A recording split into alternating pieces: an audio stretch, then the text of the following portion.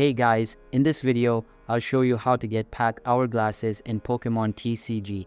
Alright, let's begin. First, open the Pokemon TCG Pocket application and log into your account.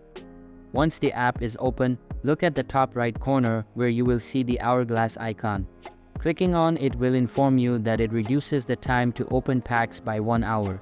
You can obtain these hourglasses as mission rewards and through other means.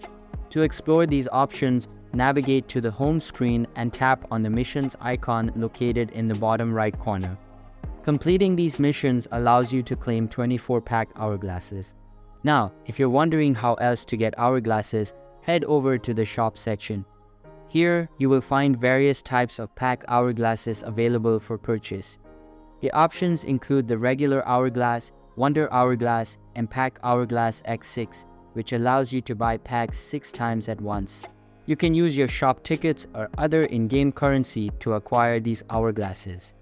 Additionally, keep an eye out for refreshed monthly hourglasses that update every month. So that's basically how you can get pack hourglasses in Pokemon TCG. And that's it for this video. If you find this helpful, consider subscribing and giving this a big thumbs up. Thanks.